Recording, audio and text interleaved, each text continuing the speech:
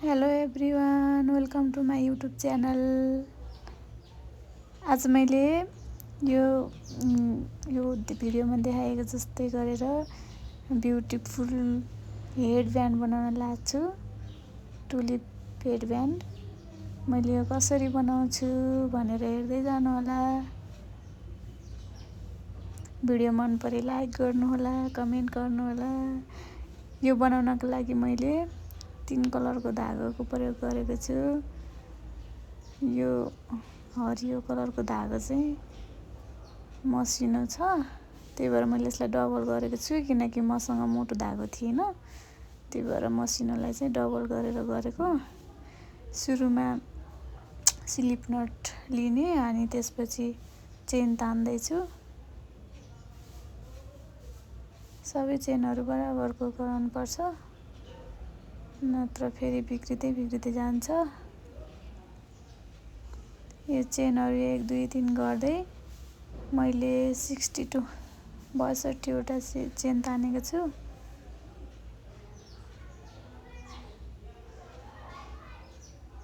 वटा पुगिसक्यो। अब यसलाई सिंगल क्रोसेट गर्नुपर्छ। सबैलाई प्रत्येक स्टिचमा सिंगल क्रोसेट गर्नुपर्छ।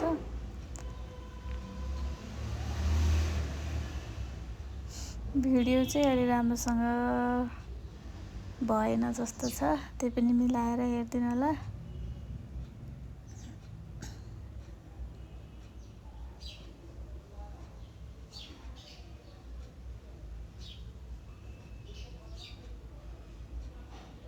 यो त लास्टसम्म सिंगल क्रोसेट गर्दै जाने हो। सबैमा टोटल 60 वटा हुन्छ।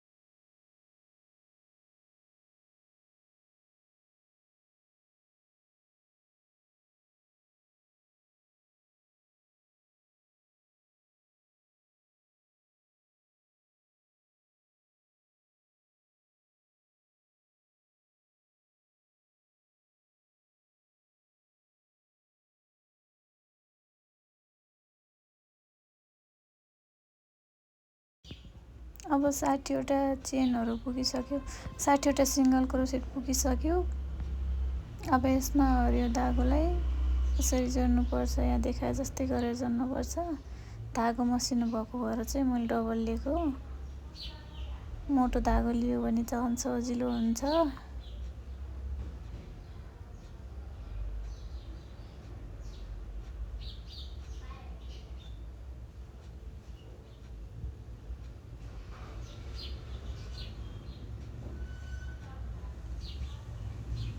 यसमा 3 चेन तान्ने अनि 3 चेन तानिसकेपछि यसलाई तीनवटा स्किप गरेर 3वटा स्टिच स्किप गरेर डबल क्रोसेट गर्नुपर्छ।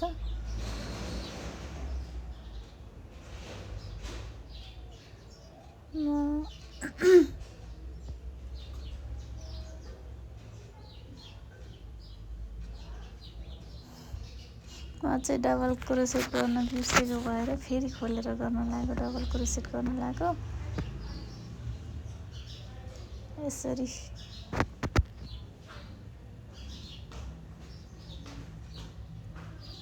तीन चेन स्किप गरेर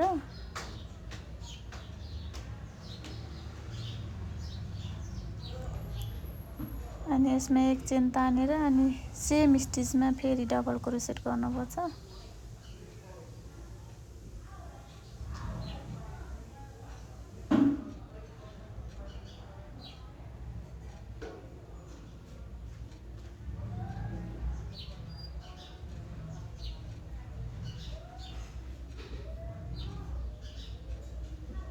अब फेरि 3 चेन छोडेर अर्कोमा डबल क्रोसेट गर्नुपर्छ। 3 चेनलाई स्किप गर्ने अनि double क्रोसेट।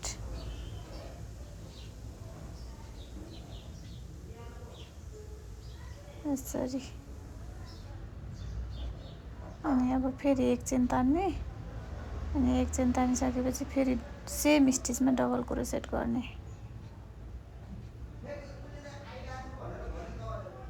Double crochet same चेनमा।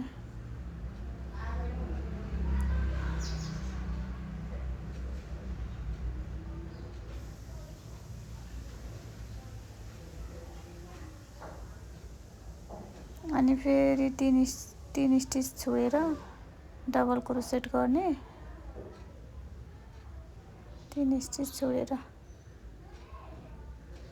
Double crochet गर्ने अनि यस्तै गर्दै गर्दै अगाडिको जस्तै गरेर सेम प्रोसेस लास्टसम्म रिपिट गर्दै जाने।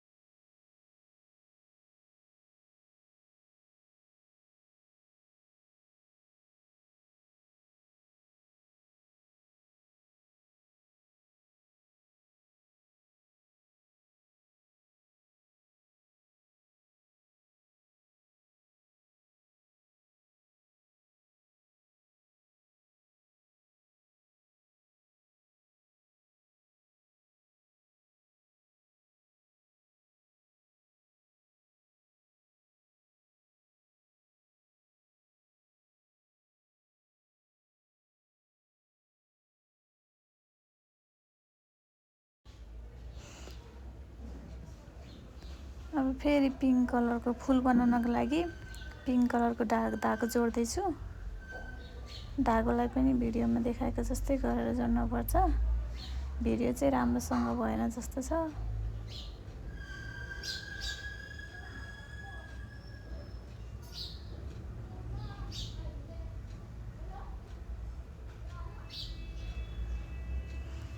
फेरि यसमा पनि चेन तान्नुपर्छ।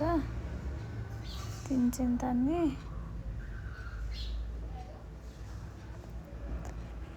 यसलाई 3 चेन तानिसकेपछि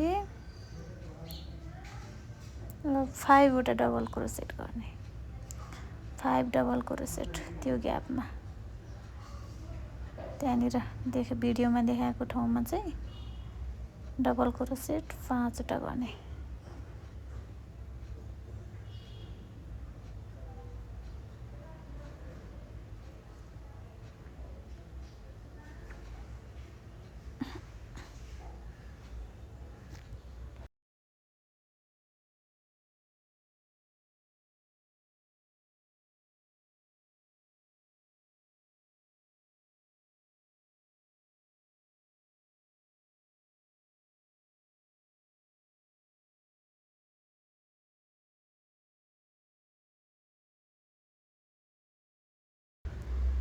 पाँचवटा डबल क्रोसेट गरिसकेपछि उता त्यसरी छोड्ने अनि यताबाट तानेर त्यसरी यसरी तानेर यसलाई पपकर्न स्टिच बनाउने अनि राम्रो फ्लावर बन्छ।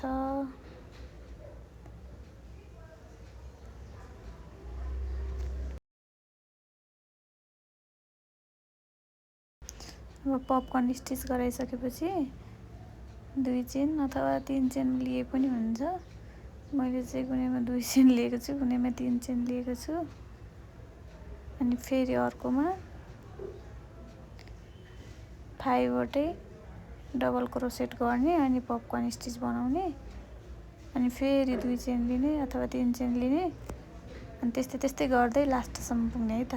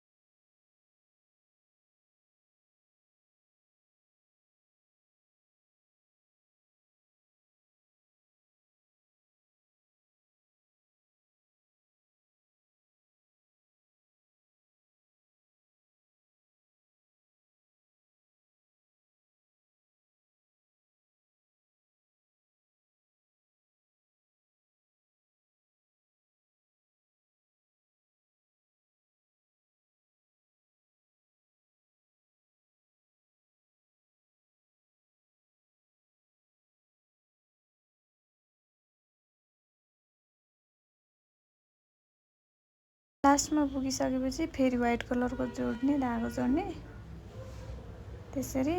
अनि यसरी तीनवटा एउटा चेन लिने अनि त्यसपछि त्यो ग्यापमा चाहिँ प्रत्येक ग्यापमा चाहिँ तीनवटा सिंगल चेन बनाउने।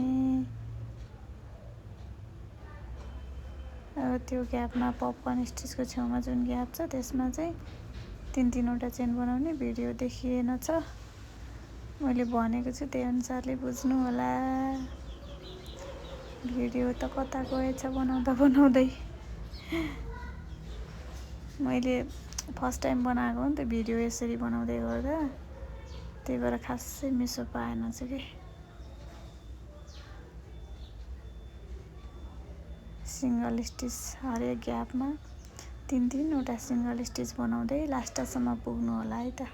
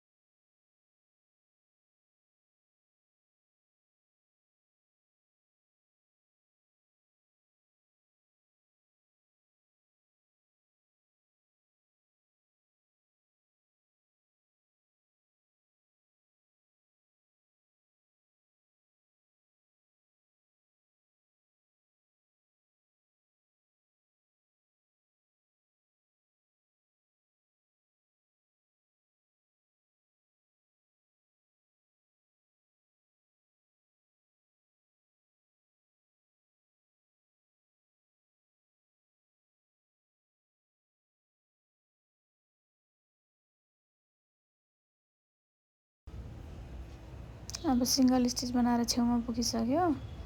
अनि यो छेउमा पुगिसकेपछि चाहिँ एक चेन तान्ने,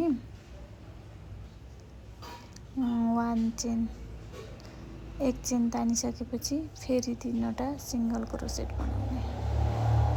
त्यसरी देखाए जस्तै गर्नु होला। अनि अब यो एउटा चेन तानिसकेपछि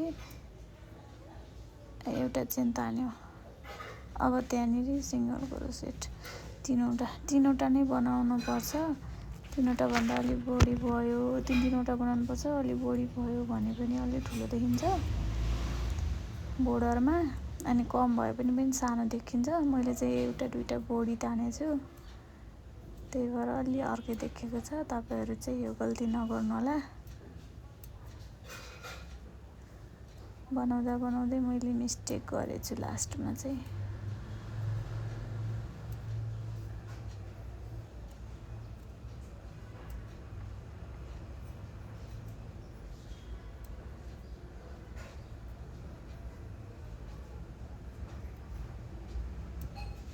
अब यसरी यसलाई बोर्डर बनाउँदै जानुपर्छ छेउको। फेरि फर्काउने अनि प्रत्येक सिंगल स्टिचमा एक चेन तान्ने अनि प्रत्येक सिंगल स्टिचमा एउटा गर्दै जाने, एउटा सिंगल स्टिच नै गर्दिने प्रत्येकमा।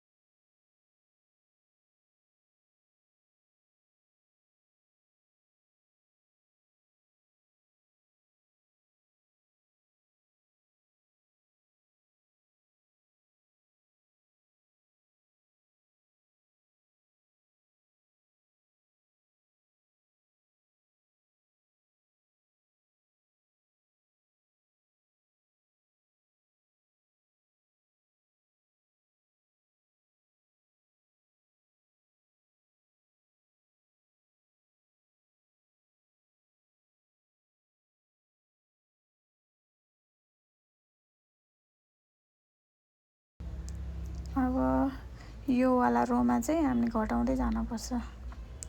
एउटा चेन तान्ने अनि त्यसपछि दुईटै स्टिचलाई एकैचोटि लिएर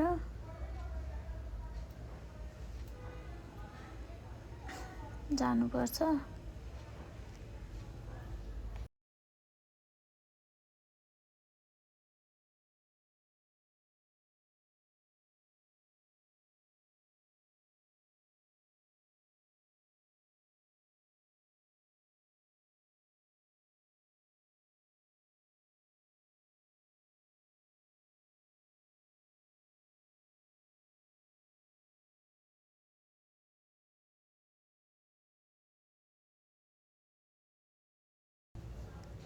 अब एक चेन तानिसकेपछि फेरि पनि दुईवटालाई लिएर जाने, दुईवटालाई एकैचोटि लिएर जाने, सँगै लिएर जाने दुईवटा। अनि त्यसपछि फेरि सिङ्गल सिङ्गल गर्ने, लास्टमा गएर फेरि दुईवटालाई सँगै लिने।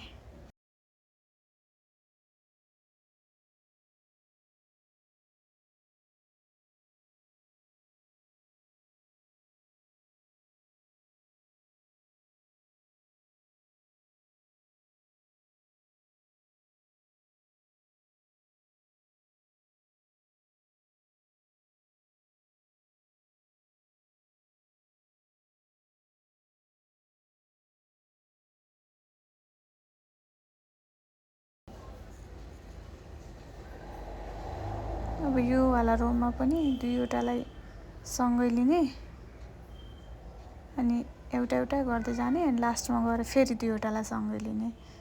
यसै गरी गरी घटाउँदै जानुपर्छ।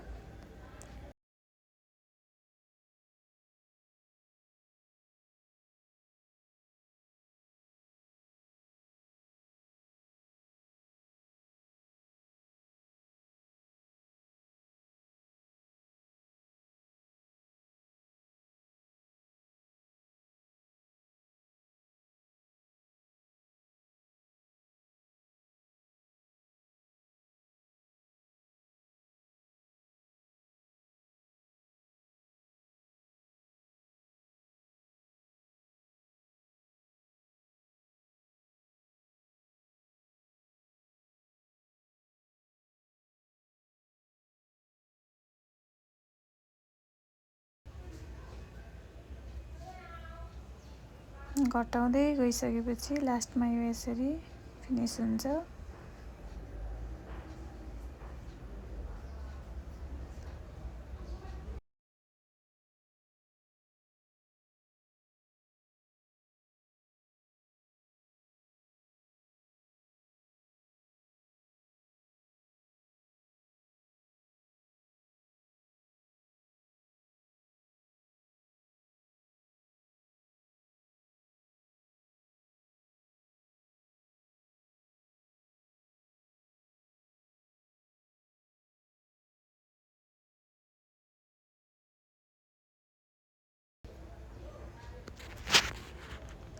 त्यसपछि हामीले चेन तान्नुपर्छ, 50वटा चेन तान्नुपर्छ।